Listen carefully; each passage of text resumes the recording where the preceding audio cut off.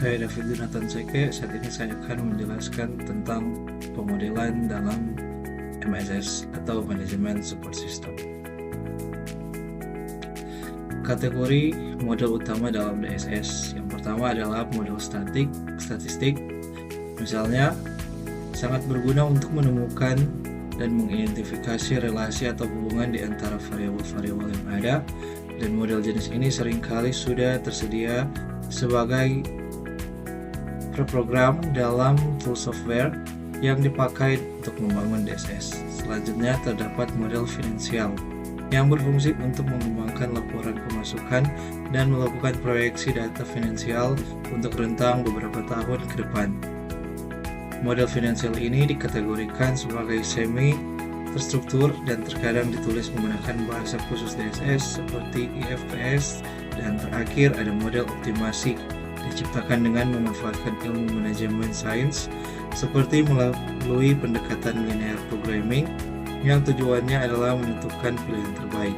Misalnya dalam rangka pemilihan media, untuk mengaplikasikan model ini, DSS umumnya memerlukan antarmuka agar dapat berinteraksi dengan software lain. Aspek kunci dalam pemodelan: pemahaman masalah dan lingkungan.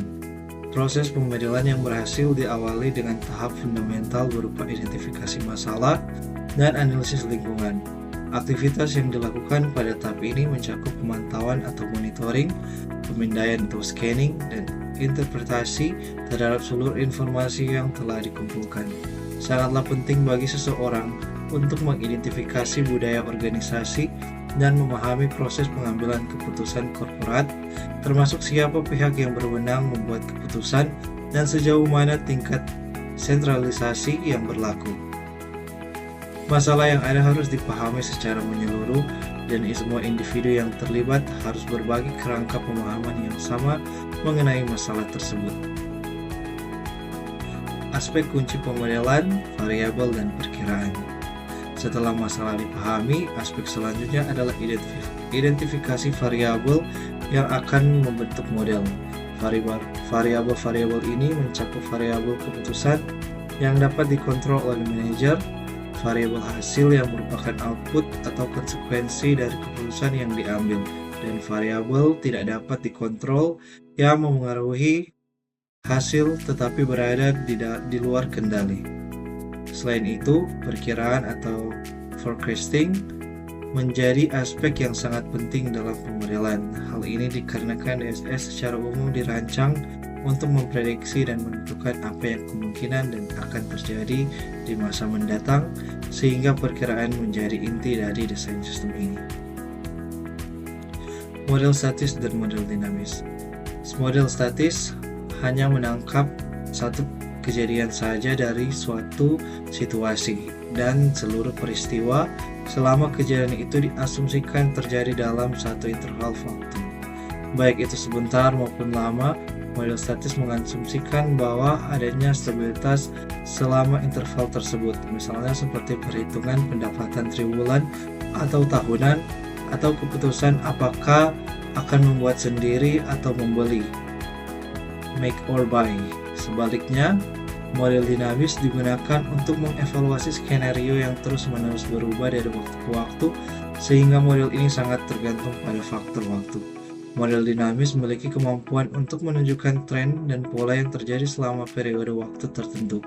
Contoh penerapan adalah proyeksi rugi laba selama 5 tahun, di mana data input seperti biaya, harga, dan kuantitas diizinkan untuk berubah setiap tahunnya. Kondisi keputusan, kepastian, ketidakpastian, dan risiko. Dalam setiap proses pengambilan keputusan harus melakukan evaluasi dan perbandingan dari berbagai alternatif yang ada. Tujuannya adalah memprediksi hasil akhir dari setiap alternatif untuk memilih yang paling sesuai. Situasi keputusan biasanya diklasifikasikan berdasarkan tingkat pengetahuan yang dimiliki oleh pengambil keputusan. Klasifikasi ini mencakup kondisi kepastian, di mana hasil dari setiap alternatif yang sudah diketahui. Kondisi risiko, di mana probabilitas hasil diketahui, dan kondisi ketidakpastian di mana probabilitas hasil tidak diketahui. Representasi model, diagram pengaruh dan contoh model. Diagram pengaruh atau influence diagram adalah representasi grafis yang sangat membantu dalam mendesain, mengembangkan dan memahami model, dan diagram ini memiliki format standar, yaitu segi empat melambangkan variabel keputusan, lingkaran melambangkan variabel yang tidak dapat dikontrol atau variabel lanjutan, dan oval melambangkan variabel hasil atau hasil akhir sebagai contoh konkret penerapan model. Model laba dapat dirumuskan dengan laba sama dengan pendapatan dikurangi pengeluaran.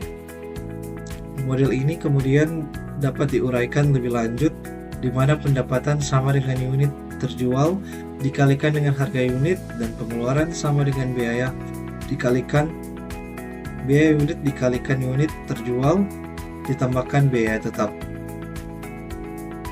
Teknik utama pemodelan, optimasi, dan pemrograman matematis.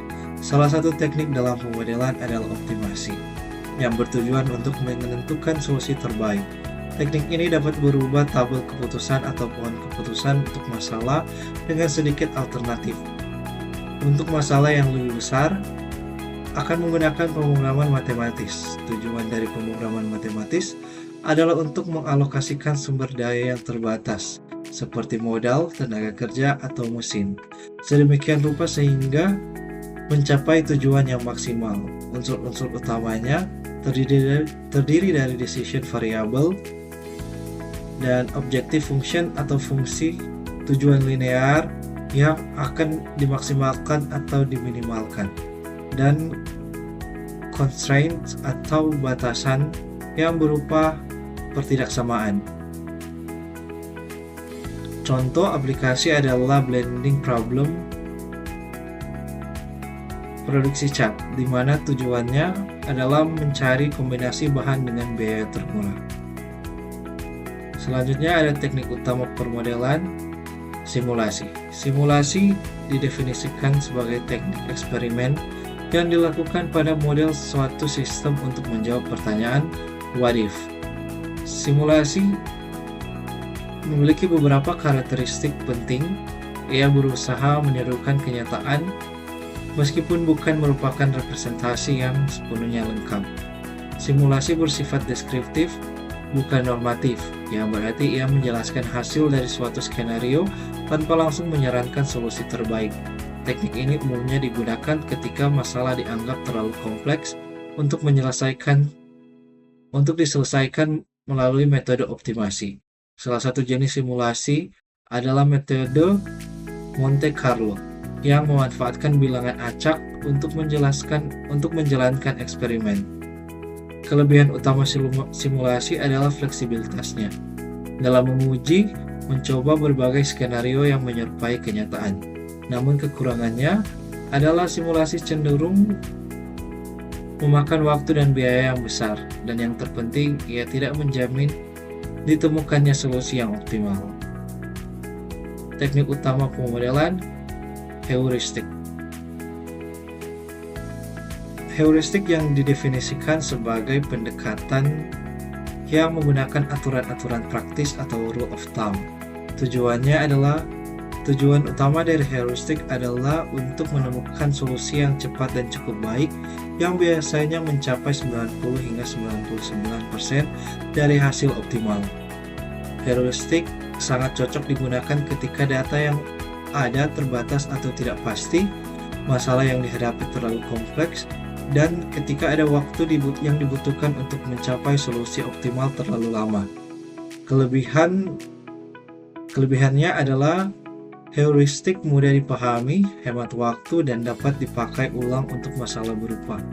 Meskipun demikian, terdapat keterbatasan, yaitu hasil yang ditemukan oleh heuristik bisa menjadi hanya lokal optimal dan tidak selalu menjamin tercapainya global optimal.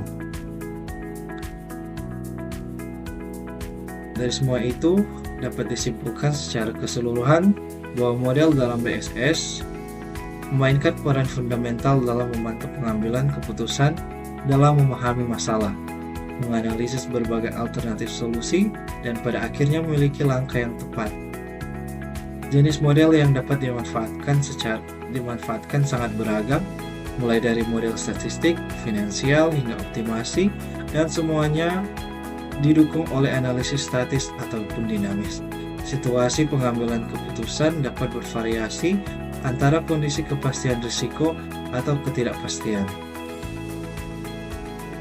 Dengan menggabungkan teknik utama seperti optimasi, simulasi, dan heuristik, serta model yang paling sesuai, DSS mampu memberikan dukungan keputusan yang jauh lebih efektif dan terarah bagi organisasi. Terima kasih.